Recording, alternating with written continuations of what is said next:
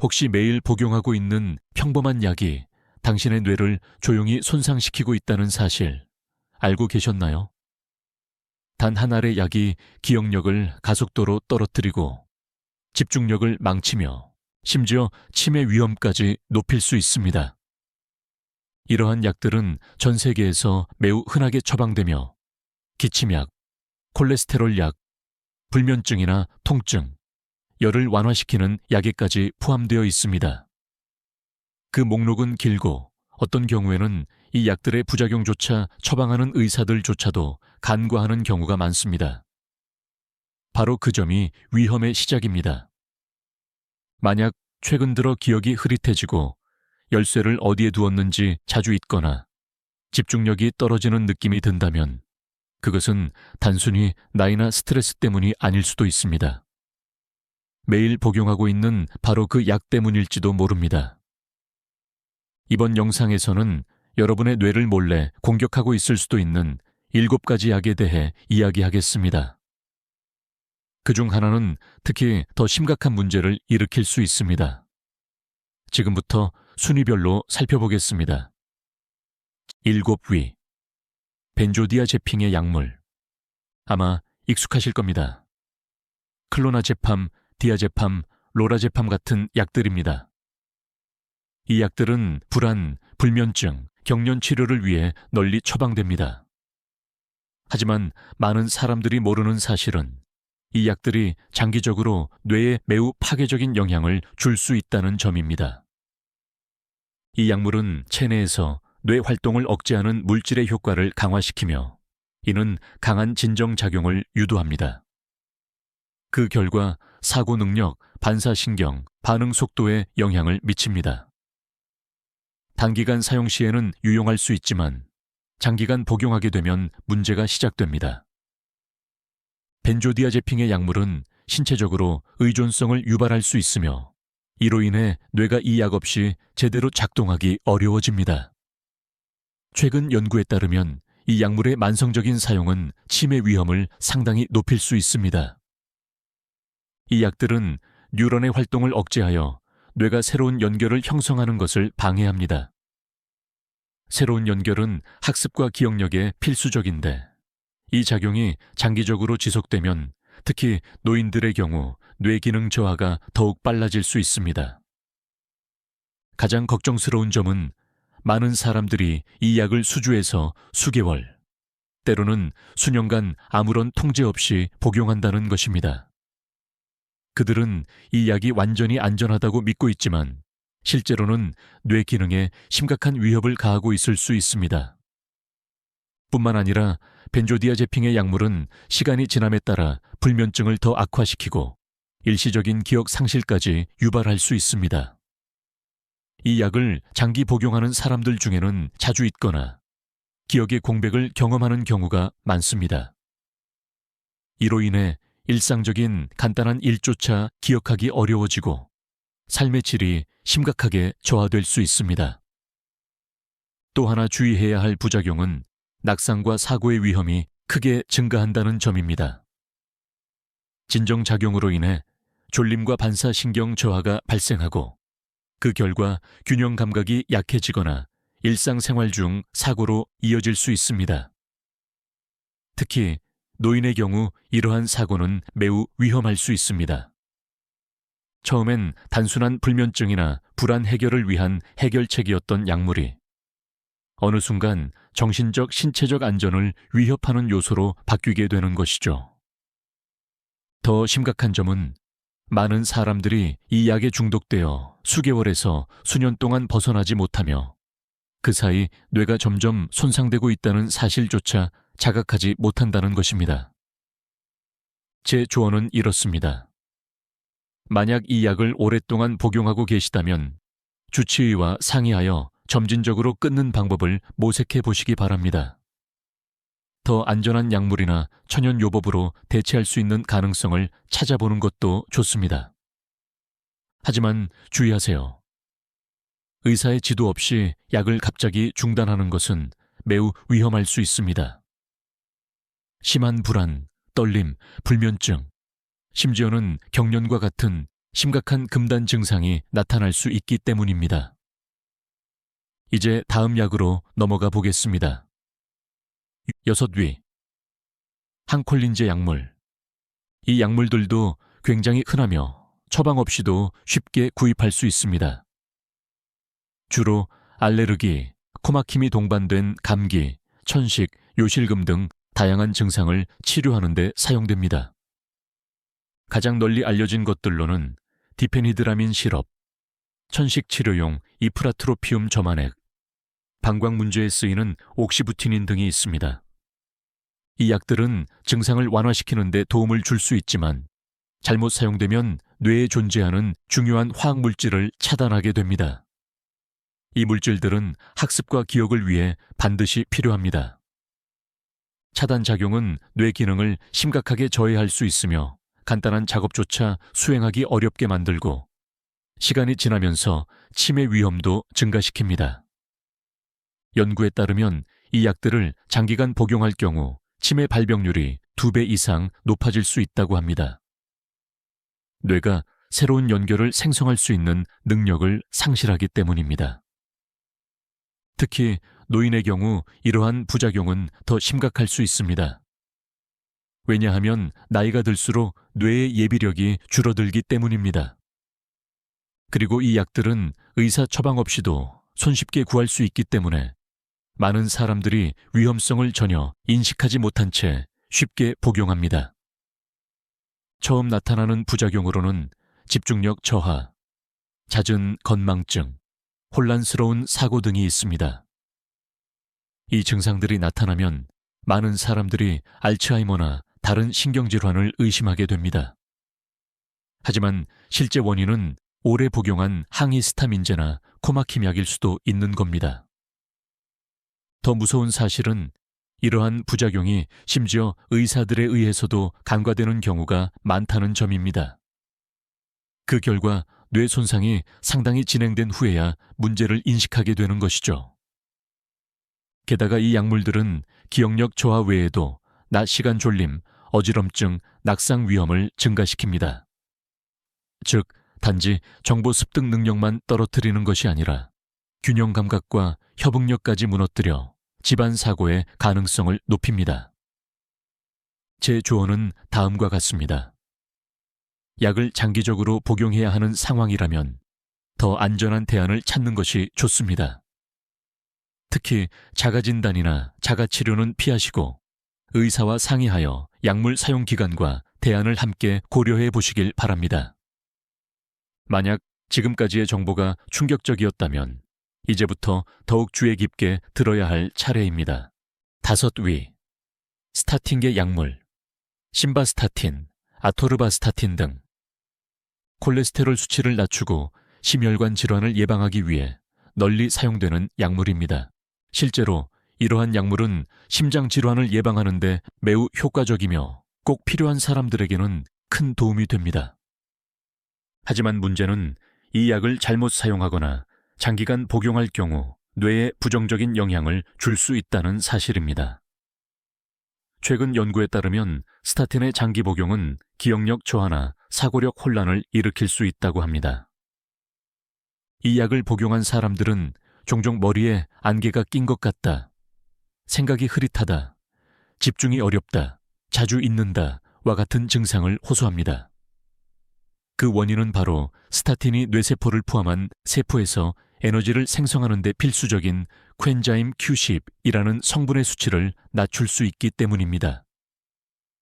우리의 뇌는 인체에서 에너지를 가장 많이 소비하는 기관 중 하나입니다.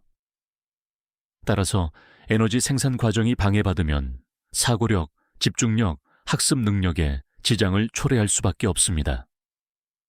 뿐만 아니라 스타틴 복용은 일부 사람들에게 우울증 위험을 증가시키는 것으로도 알려져 있습니다. 제가 드리고 싶은 조언은 이렇습니다. 스타틴은 심근경색, 뇌졸중 등 심각한 질환의 위험을 줄이는데 매우 효과적이지만 특히 고령자이거나 이미 뇌기능 저하가 시작된 분들의 경우 복용 시 주의가 필요합니다. 스타틴을 복용 중인 분들은 의사의 면밀한 관찰에 있어야 하며 필요할 경우 코엔자임 Q10 보충제를 함께 섭취하거나 뇌에 덜 부담을 주는 대체 치료법을 고려해 볼 수도 있습니다. 이 모든 전략은 기억력과 정신 건강을 지키기 위해 매우 중요합니다. 하지만 절대 의사와 상담 없이 임의로 스타틴 복용을 중단해서는 안 됩니다. 대신 오늘 말씀드린 신호들, 기억력 저하, 사고력 흐림, 집중력 저하에 주의를 기울이시기 바랍니다. 4위, 삼환계 항구울제, 아미트립틸린, 노르트립틸린 등 이 약들은 예전에는 우울증과 불안을 치료하기 위해 널리 사용되었으며 현재도 만성 통증, 불면증, 편두통 등 다양한 증상의 치료에 사용되고 있습니다. 그러나 이 약들도 뇌 기능에 중대한 영향을 줄 수 있습니다. 이 약물은 기억력과 학습에 필수적인 뇌내 화학물질을 차단함으로써 작용합니다.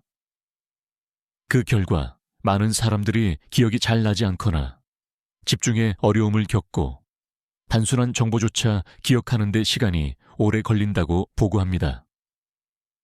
이러한 부작용은 특히 고령자에게서 더욱 심하게 나타납니다. 나이 들수록 이러한 약물의 부정적인 영향에 더욱 민감해지기 때문입니다. 많은 분들이 머릿속이 뿌옇다, 생각이 잘 안 든다, 단순한 일도 복잡하게 느껴진다고 호소합니다. 여기서 끝이 아닙니다.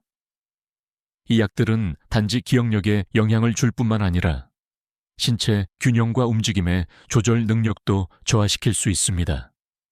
이는 곧 정신적 명료성을 해칠 뿐 아니라 가정 내 낙상과 같은 사고 위험도 높인다는 뜻입니다. 특히 밤에 화장실에 가기 위해 일어날 때 이러한 위험은 더욱 커집니다. 많은 사람들은 이러한 증상들을 단순한 노화나 스트레스 탓으로 돌리지만 실은 복용 중인 항구울제 때문일 수 있습니다. 심지어 일부 의사들조차 이러한 부작용에 대해 경고하지 않는 경우가 많습니다.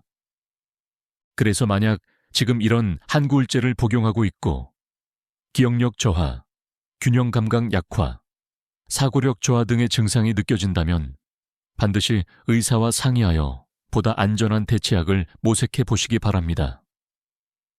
오늘날에는 더 현대적이고 부작용이 적은 항구울제들이 많이 있으며 심지어 천연 성분을 기반으로 한 치료법도 존재합니다.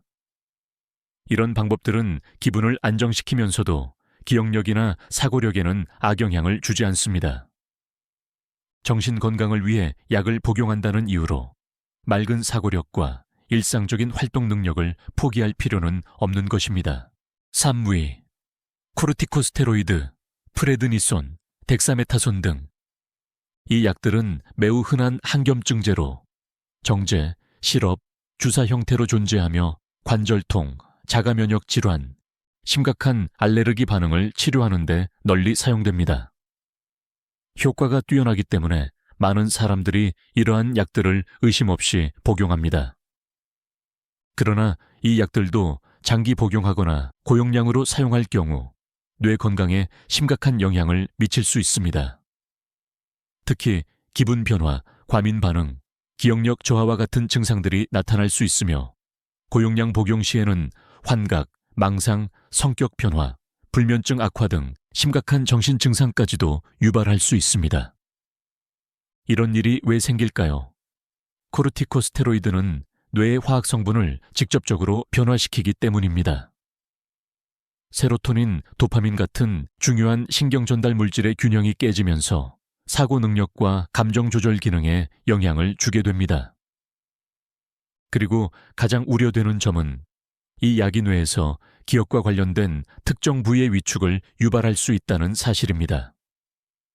시간이 지남에 따라 이러한 위축은 치매와 거의 구별되지 않는 증상으로 이어질 수 있습니다. 더욱 무서운 건 이 손상이 일부 경우에는 되돌릴 수 없다는 점입니다. 뿐만 아니라 코르티코스테로이드는 뇌가 새로운 세포를 생성하는 능력까지도 억제합니다. 이 말은 곧 기억력뿐 아니라 손상된 뇌를 회복시키는 능력 자체도 떨어진다는 뜻입니다. 따라서 현재 이 약을 복용하고 계신 분들 중에 최근 기억력이 떨어졌거나 감정 기복이 심해졌다고 느끼시는 분들은 가능한 빨리 주치의와 상의하여 약의 용량을 조절하거나 대체약을 찾는 것이 매우 중요합니다. 두위, 수면제 및 진정제, 졸피뎀, 솔피뎀 등. 이 약들은 전통적인 벤조디아제핑의 수면제보다 안전한 대안으로 개발된 비교적 새로운 수면제입니다. 디아제팜, 클로나제팜 등과는 달리 뇌의 수면과 관련된 부분만을 선택적으로 작용하도록 만들어졌기 때문에 처음에는 안전하다는 평가를 받았습니다. 그러나 최근 연구들은 이 약들 역시 혼란, 기억력 저하, 낙상 위험 증가 등 심각한 부작용을 유발할 수 있다고 경고하고 있습니다. 특히 고령자에게서 그 위험은 훨씬 더 커집니다. 이 약들은 겉보기에는 수면을 유도하는 데 효과적이지만 사실 그 수면의 질은 자연스럽지 못합니다. 즉, 뇌가 진정한 의미에서의 휴식 상태에 도달하지 못한다는 것입니다. 수면은 단순히 의식을 끄는 행위가 아니라 뇌가 하루 동안의 정보를 정리하고 치유하는 매우 적극적인 과정입니다. 이러한 비자연적인 수면은 시간이 지날수록 반동 효과를 유발합니다. 낮 동안 정신적 피로감이 누적되고 집중력 저하와 사고력 저하가 나타나게 됩니다. 결국 뇌는 새로운 정보를 저장하거나 기존의 기억을 유지하는 데 큰 어려움을 겪게 됩니다. 게다가 이 약들도 역시나 낙상과 골절의 위험을 높입니다. 특히 밤중에 화장실에 가기 위해 일어났을 때 균형을 잃고 넘어지는 사례가 자주 보고되고 있습니다. 노인의 경우 낙상은 단순한 사고로 끝나지 않고 장기간의 입원이나 독립성 상실로 이어질 수 있어 매우 치명적입니다. 무서운 사실은 많은 사람들이 이런 위험성을 인지하지 못한 채 이 약을 매일 복용하고 있다는 것입니다. 수면의 질을 개선하기 위해 시작한 약이 결국에는 기억력 저하, 뇌기능 저하, 사고 위험 증가라는 정반대의 결과를 낳는 셈이죠. 따라서 불면증이 있으신 분들은 반드시 그 원인을 정확히 파악한 후 가능한 경우에는 비약물적 치료법이나 천연요법을 병행하며 접근하는 것이 이상적입니다. 1위, 메트포르민, 메트포민. 이 약은 당뇨병 치료에서 가장 널리 사용되며 효과도 입증된 약물입니다. 특히 제2형 당뇨병 환자에게 혈당을 조절하고 인슐린 저항성을 개선하는 데 매우 유용합니다. 실제로 메트포르민은 수많은 환자들에게 삶의 질을 높여주는 중요한 역할을 하고 있습니다. 그러나 문제는 장기적으로 복용하면서도 적절한 관리 없이 사용하는 경우 뇌 건강에 심각한 영향을 줄 수 있다는 점입니다. 그 이유는 메트포르민이 비타민 B12의 흡수를 방해하기 때문입니다. B12는 뇌 건강을 유지하는 데 필수적인 영양소입니다. 이 영양소가 부족해지면 기억력 저하, 집중력 감소, 신경병증과 같은 문제가 생길 수 있습니다. 더 나아가 심한 B12 결핍은 뇌세포 자체에 영구적인 손상을 줄 수 있으며 그 증상은 알츠하이머나 기타 치매 유형과 매우 유사해질 수 있습니다. 하지만 여기서 중요한 점은 문제가 되는 건 메트포르민 자체가 아니라 이 약을 복용하면서도 비타민 B1, 두 수치를 체크하지 않는 것입니다. 단 1년에 한 번 혈액 검사를 통해 B12 수치를 점검하는 것만으로도 이러한 심각한 문제를 완전히 예방할 수 있습니다. 그만큼 간단하고도 중요한 관리입니다. 따라서 당뇨병을 앓고 있고 메트포르민을 복용 중이신 분들이라면 최근 기억력 저하나 정신적 피로, 집중력 저하 같은 증상이 있다면 절대로 나이 탓이나 단순한 스트레스로 넘기지 마시고 반드시 주치의에게 비타민 B 플립이 수치 검사를 요청하시길 바랍니다. 만약 수치가 낮게 나오면 즉시 보충을 통해 뇌 손상을 예방할 수 있습니다. 이것은 단지 예방의 문제가 아니라 여러분의 인지 능력과 삶의 독립성을 지키는 문제입니다. 우리는 흔히 약을 복용할 때 그것이 단지 증상을 해결해 줄 것이라고만 생각합니다. 그러나 어떤 약은 특히 오랜 기간 복용할 경우 뇌에 조용히 해를 끼칠 수 있습니다. 기억력 저하, 집중력 상실, 혼란스러운 사고, 우울감, 그리고 점점 흐릿해지는 정신 상태. 이 모든 증상들이 단순히 나이 때문이라고만 생각할 필요는 없습니다. 그 약, 바로 여러분이 매일 아무렇지도 않게 복용하고 있는 그 한 알의 약이 원인일 수도 있습니다. 물론 여기서 소개한 약물들이 모두 나쁘다는 뜻은 아닙니다. 많은 경우 정확한 진단과 적절한 용법, 그리고 정기적인 검사와 모니터링만 있다면 이 약들은 삶의 질을 높이는 데 큰 도움이 됩니다. 하지만 조심하지 않으면 뇌는 조용히 손상되고 우리가 사랑하는 사람들의 얼굴조차 기억하지 못하는 날이 올 수도 있습니다. 그러니 지금 이 순간부터라도 복용 중인 약에 대해 더 깊이 이해하고 몸이 보내는 작은 신호에도 귀를 기울이세요. 지금 기억할 수 있는 것들, 지금 배울 수 있는 능력, 지금 사랑할 수 있는 감정. 이 모든 것은 여러분의 뇌가 건강할 때 가능한 것입니다.